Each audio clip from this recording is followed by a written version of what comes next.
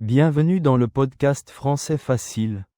Un petit moment pour progresser ensemble. N'oublie pas de t'abonner et de liker si tu aimes. Excusez-moi, vous savez si le bus numéro 7 passe bien par cet arrêt? Le plan est un peu effacé. Oui, tout à fait. Le 7 s'arrête juste ici, c'est le bon quai. Vous allez loin? Je dois aller jusqu'à l'hôtel de ville. C'est la première fois que je prends cette ligne, je viens d'emménager dans le quartier. Ah, bienvenue alors. Oui, le 7 vous dépose juste en face. C'est très direct. Par contre, préparez-vous, à cette heure-ci, il risque d'y avoir du monde. J'imagine.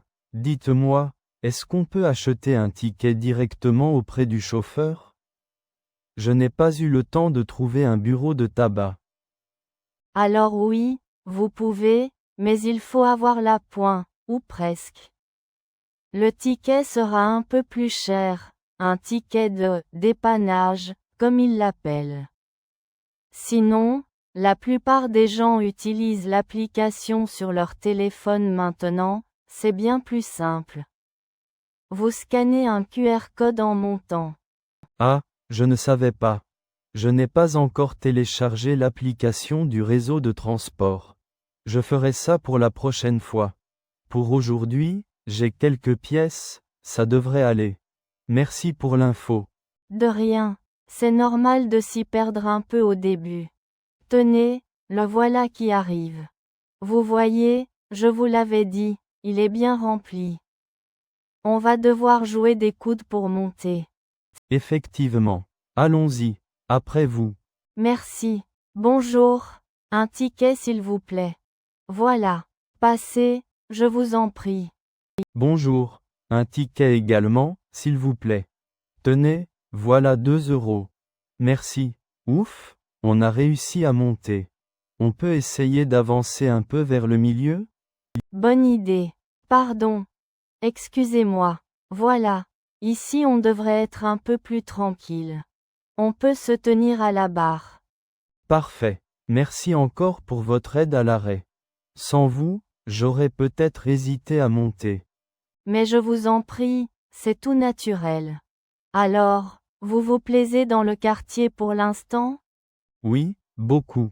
C'est vivant, il y a plein de petits commerces. C'est un grand changement par rapport à là où j'étais avant, une ville beaucoup plus petite. C'est pour le travail que j'ai déménagé. Je comprends. C'est souvent le travail qui nous fait bouger. Moi, ça fait 10 ans que je vis ici. J'ai un peu de mal à m'imaginer ailleurs maintenant. Vous travaillez dans quel domaine? Je suis dans l'informatique, développeur. Et vous? Architecte d'intérieur. C'est un métier passionnant mais très prenant. En ce moment, je suis sur un énorme projet de rénovation d'un restaurant et, honnêtement, j'ai la tête dans le guidon. Avoir la tête dans le guidon. C'est une expression que je ne connais pas. Ah oui, c'est très courant.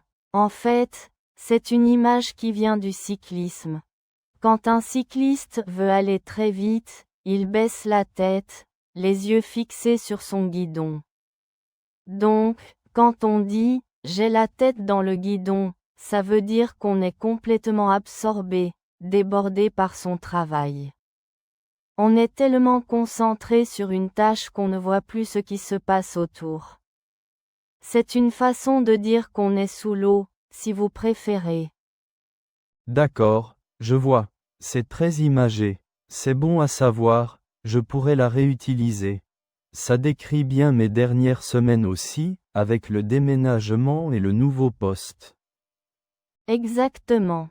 Une autre expression utile dans le même genre, c'est être sur les rotules. Ça veut dire être complètement épuisé. Après une semaine avec la tête dans le guidon, en général, le vendredi soir, on est sur les rotules. Ah, je note ça aussi. C'est plus sympa que de juste dire « je suis très fatigué ». Absolument. La langue française adore ces petites images. Par contre, Il faut faire attention de ne pas les utiliser dans un contexte trop formel, et surtout, éviter de mettre les pieds dans le plat en les utilisant mal. Et voilà une autre expression. Mettre les pieds dans le plat. Celle-là, je crois l'avoir déjà entendue. Ça veut dire faire une gaffe, non? C'est exactement ça. C'est aborder un sujet qui fâche ou un sujet délicat de manière très maladroite, sans aucune subtilité. L'image, c'est comme si vous marchiez et que vous mettiez vos 2 pieds sales en plein milieu d'un plat qu'on s'apprête à servir.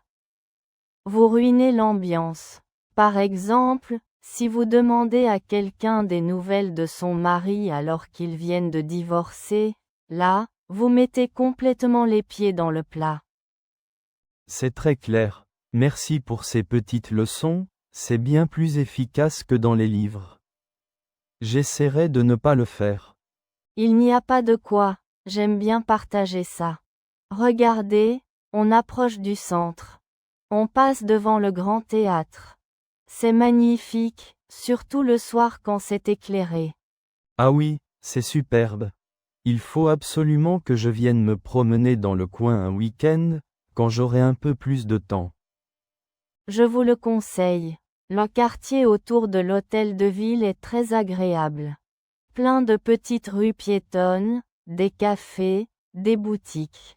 C'est le cœur de la ville. D'ailleurs, attention, votre arrêt est le prochain. Ah, déjà?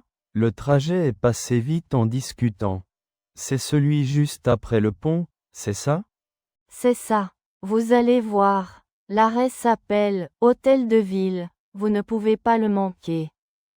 Le bâtiment est immense, juste en face. Vous devez appuyer sur le bouton rouge là-bas pour demander l'arrêt. Parfait, j'appuie. Voilà. Eh bien, merci infiniment pour tout, votre aide et la conversation. C'était un trajet bien plus sympathique que ce que j'imaginais. Avec grand plaisir. Ça m'a fait plaisir de discuter aussi. Je vous souhaite une bonne installation et bon courage pour votre nouveau travail. Merci beaucoup. Bonne fin de journée à vous également. Merci. Au revoir. Merci de nous avoir accompagnés dans cette histoire. N'oublie pas, chaque mot te rapproche de la fluidité. Continue d'écouter et d'apprendre, et on se retrouve dans le prochain épisode.